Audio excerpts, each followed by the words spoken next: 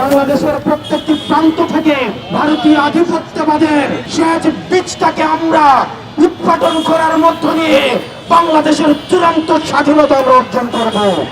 যারা দৃশ্যমান ক্ষমতাকে কুক্ষিগত করেছে, যারা দৃশ্যমান মানুষের অধিকার বঞ্চিত করেছে, যারা দৃশ্যমান বাংলাদেশের প্রত্যেকটা মানুষকে নির্যাতন নিপীড়ন করেছে, লক্ষাধিক মানুষকে শহীদ করেছে, হত্যা করেছে, আমার মা বোনদেরকে ইচ্ছাচ্ছন্দ ভারী করেছে, সেসব দৃশ্যমান পাকিস্তানিদেরকে আমরা বাংলাদেশ থেকে উৎখাত করতে পেরেছি।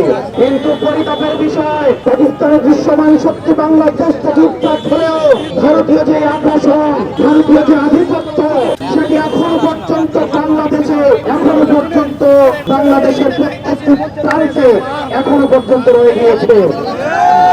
সেজন্য ভারতের গুজরাটের কসাই আজকে বাংলাদেশের স্বাধীনতা থেকে উনি ভারতের স্বাধীনতা হিসেবে উনি আজকে প্রতিষ্ঠিত করার চেষ্টা করে গিয়েছে। প্রিয় সংগ্রামী সচেতন জনগণ, আপনাদেরকে সচেতন থাকতে হবে। আমরা আমাদের দৃশ্যমান শক্তিকে ৭১ পরাজিত করেছি।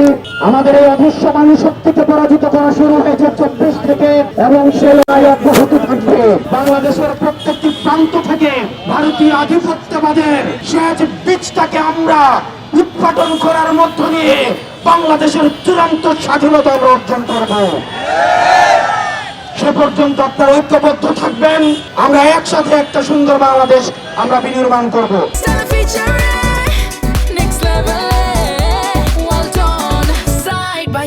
Free